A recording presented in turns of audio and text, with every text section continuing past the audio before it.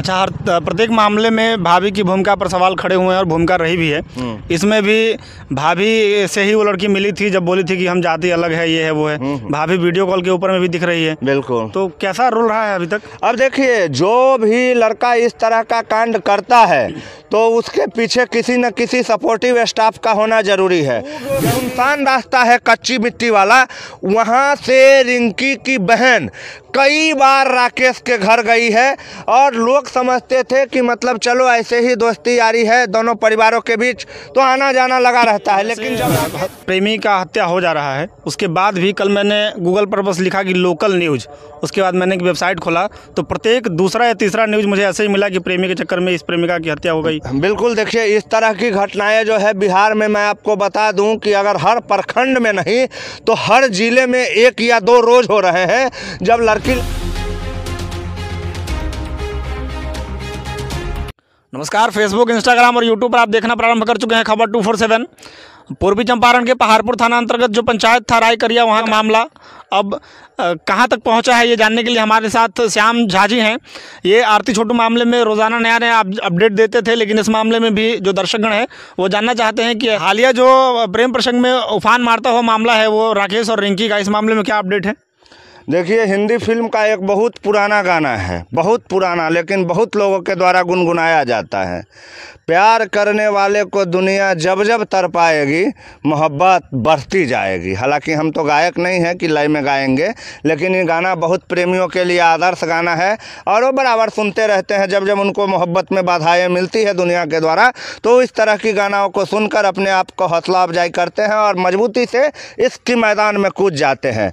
इश्क मैदान में जितने भी आशिक कूदे हैं बिहार में, चाहे वो छोटू आरती हो, सोनी पंकज हो या फिर चंचला राजू हो, या वर्तमान समय में जो दौर चल रहा है जिसके इन्वेस्टिगेशन का राकेश और रिंकी हो, तो इस तमाम मामलों में एक बात कॉमन है कि आशिक जो मैदान में आते तो इस तरह है कि आज पूरा मैदान फतह करके ही जाएंगे, लेकिन जो नतीजा सुबह में आता है वो बेहद दर्दनाक, बेहद अकल्पनीय होता है, क्योंकि तब इस जोड़े में से एक का विकेट गिर चुका होता है। और कुल मिला जुला करके राकेश रिंकी वाला कांड जो देखेंगे तो इस मामले को अगर आप गौर से देखेंगे तो आप पाएंगे कि ये मामला उतना सीधा साधा नहीं है जितना आपको पहली बार जब आप और हम लोग वहां पर गए थे तो कैसा सीधा सीधा मामला लगा था कि रिंकी के पिताजी राकेश को ऐसे करके मार के ट्रेन के पटरी पर फेंक दिए, मामला हो गया खत्म। मामले को ट्रेन एक्सीडेंट का रंग देने का कोशिश किया गया और हुआ कुछ नहीं, मामला लास्ट में खुला ही मर्डर का मामला बन के आया। पोस्टमार्टम रिपोर्ट के बारे में अभी तक एक ही बात बताई जा रही है कि आया नहीं, लेकिन पोस्टमार्टम रिपोर्ट जो है राकेश का आ चुका है और उसमें से कुछ बातें लीक भी हो चुकी है।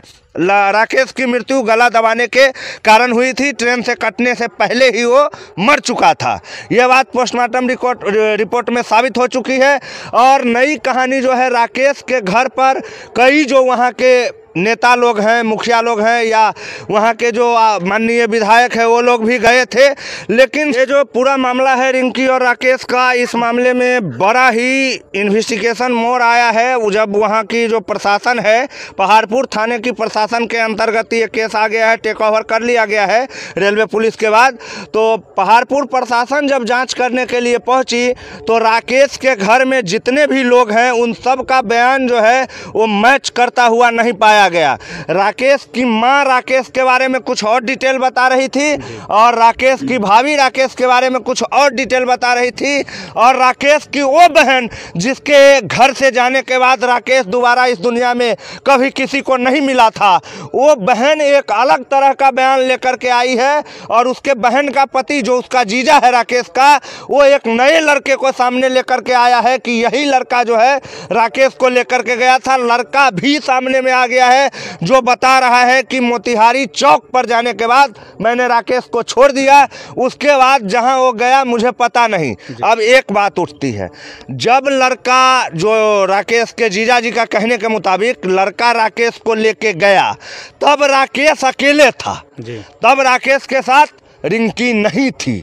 तो जब राकेश के साथ रिंकी नहीं थी और रिंकी अपने घर वाले को कहीं और मिल गई तो फिर राकेश की हत्या रिंकी के घर वाला करेगा क्यों?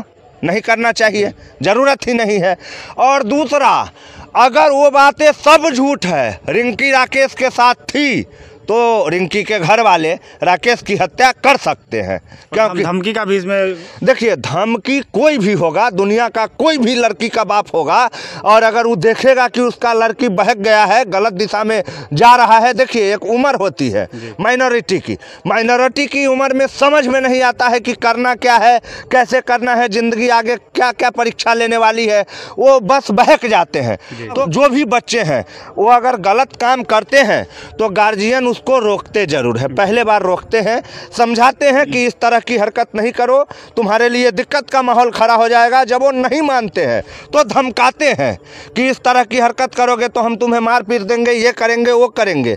और तब भी अगर बात नहीं बनती है तो जिसके साथ वो गलत कर रहा होता है उसको धमकाया जाता है। ये वो सामाजिक प्रक्रिया है, इसको कोई नहीं बदल पाया है आज तक। और चाहे वो कोई भी देश का, कोई भी धर्म का आदमी हो, वो इसी प्रक्रिया से गुजरता है कि पहले समझाता है, फिर धमकाता है, और फिर जब बात नहीं बनती है तो आखिर में वही होता है जो मंजूरे खुदा होता है, जिसके जितने दिन का चालान होता है वो पूरा होने के बाद कटना ही होता है दुनिया से। वही हुआ, समझाया, बुझाया, बताया, सब कुछ किया, लेकिन इसके आशिकों को कहाँ कोई बात सुनाई देती है। वो तो बस एक बार जिस्म पाने के लिए अपने महबूब का, चाहे आशिक का, बेचैन रहता है, और वही बेचैनी जो है उसके ज़िंदगी के तमाम कहानियों को पूर्ण विराम लगा देती है। अच्छा, हर प्रत्येक मामले में भाभी की भूमिका पर सवाल खड़े हुए हैं, और भूमिका रही भी है। इसमें भी भाभी से ही वो लड़की मिली थी जब बोली थी कि हम जाति अलग है, ये है, वो है। भाभी वीडियो कॉल के ऊपर में भी दिख रही है। बिल्कुल। तो कैसा रोल रहा है अभी तक? अब देखिए, जो भी लड़का इस तरह का कांड करता है तो उसके पीछे किसी न किसी सपोर्टिव स्टाफ का होना ज़रूरी है, क्योंकि इस तरह के काम में एक संबदिया मैसेंजर की ज़रूरत पड़ती है। जब कभी उन दोनों का आपस में डायरेक्ट कनेक्शन नहीं हो पाता हो तो मैसेंजर वो भूमिका निभाता है जिसकी आप कल्पना भी नहीं कर सकते हैं।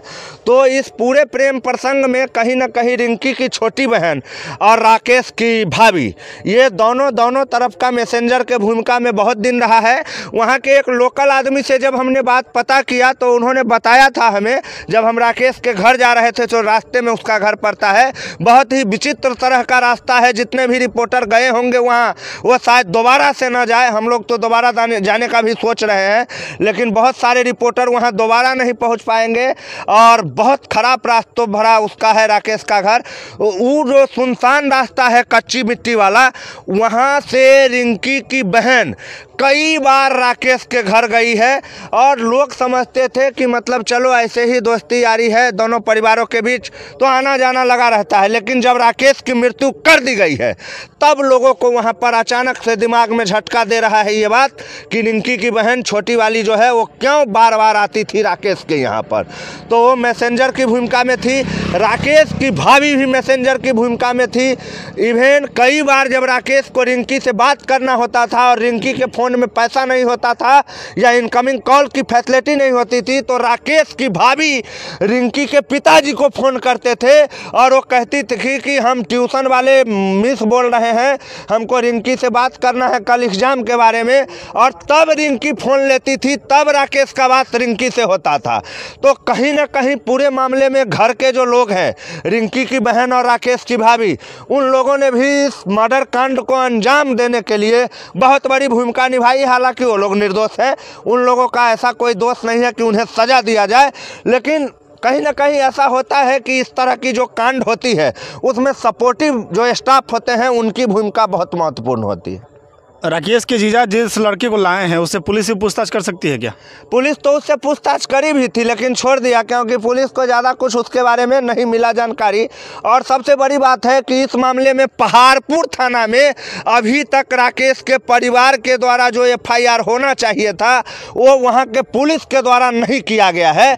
ये ट्रांसफ़र FIR है, जो रेलवे के पुलिस ने ट्रांसफ़र किया था केस को, वो वाला FIR है, 0 FIR है। यहाँ पर राकेश के फैमिली के द्वारा FIR करके और मुजरिम को आइडेंटिफाई करने का काम अभी नहीं हुआ है, और वो तभी संभव है जब पोस्टमार्टम रिपोर्ट जो है वो सार्वजनिक हो जाए। और पूरा जो मामला है इस तरह का बिहार में अभी जोर पकड़ा हुआ, इन तमाम मामलों में कुछ कार्य तो ऐसे हैं जिसकी व्यवस्था भारत की जो न्यायिक प्रणालियाँ है उसमें कोई अनुच्छेद में बताया ही नहीं गया है कि इस जुर्म के लिए सज़ा क्या होगा। अब एक बात बताइए, एक लड़का और एक लड़की प्रेम करते हैं और दोनों को कोई तीसरा आदमी मिलवाता है तब जाके शारीरिक संबंध बनता है, तो शारीरिक संबंध बनना तो है गलत काम, लेकिन अब मिलवाने वाले को क्या सज़ा होगा ये भारत के किसी कानून में नहीं लिखा है। अब शादी कोई करा रहा है, शादी कराने के बाद लड़का लड़की दोनों को पता चलता है कि लड़की बहुत गलत थी, लड़की को पता चलता है लड़का बहुत गलत, तो भारतीय संविधान में जो शादी कराया उसके लिए कोई कानून नहीं है, कोई प्रावधान नहीं है। तो तीसरा जो लड़का है उसके लिए भी जांच पड़ताल जारी है। लेकिन कहीं ना कहीं से इस मामले में देखिएगा, जिस तरह के वीडियोज और फोटोज लगातार आपके स्क्रीन पर चल रहे हैं और देखकर समझ पा रहे हैं, इस मामले में देखिएगा रिंकी को लपेटे में आना होगा और उसके परिवार वाले को भी, क्योंकि अभी तक सस्पेक्ट लिस्ट में सबसे ऊपर उसका नाम है और सबसे महत्वपूर्ण सस्पेक्ट वही है। अंतिम सवाल है कि जैसे प्रेमी का हत्या हो जा रहा है, उसके बाद भी कल मैंने गूगल पर बस लिखा कि लोकल न्यूज़, उसके बाद मैंने एक वेबसाइट खोला तो प्रत्येक दूसरा या तीसरा न्यूज़ मुझे ऐसे ही मिला कि प्रेमी के चक्कर में इस प्रेमिका की हत्या हो गई। बिल्कुल, देखिए इस तरह की घटनाएं जो है बिहार में, मैं आपको बता दूं कि अगर हर प्रखंड में नहीं तो हर जिले में 1 या 2 रोज हो रहे हैं जब लड़की लड़का भाग रहे हैं या फिर लड़की लड़का प्यार करते हुए शारीरिक संबंध बनाते हुए रंगे हाथ पकड़े जा रहे हैं और वहाँ पर एक अलग तरह के कांड का निर्माण होता है। लेकिन ये तमाम घटनाएं जो है ये बिहार को एक बहुत गलत दिशा में लेकर जाएगी, इस बात को बोलने में मुझे कोई अफसोस नहीं हो रही है। और हमें तो लगता है कि सरकार के तरफ से एक व्यवस्था होनी चाहिए कि कोई भी लड़का और लड़की अगर प्रेम प्रसंग में पकड़े जाते हैं तो उनको पकड़ करके और दोनों के गार्जियन को बुला करके और दोनों को कम से कम 100 जूता मारने का प्रबंध होना चाहिए, जिस तरह का प्रबंध बिहार सरकार ने अभी हालिया जो शराबबंदी कानून है उसमें किया है कि अगर कोई भी आदमी अब दारू पीते हुए पकड़ा गया या पिया हुआ पकड़ा गया तो उसको लेके जाना है उसके पिताजी या गार्जियन के पास और उसका गार्जियन पूरा समाज के सामने उसको 100 जूता मारेगा। यही सज़ा है, अभी दारू पी नया सज़ा का प्रावधान हुआ है। तो हमें लगता है प्रेमी प्रेमिका को भी पकड़ने के बाद कहीं ना कहीं इस तरह की सज़ा देनी चाहिए ताकि उसको देख के दूसरे के मन में डर तो ज़रूर हो कि हम इस तरह की गलत हरकत को अंजाम ना दें। धन्यवाद। आप सभी दर्शकों का फेसबुक, इंस्टा पर आईडी और पेज को फॉलो कीजिए, यूट्यूब पर चैनल को सब्सक्राइब कर लीजिएगा। आपका भी बहुत धन्यवाद। जय हिंद। धन्यवाद।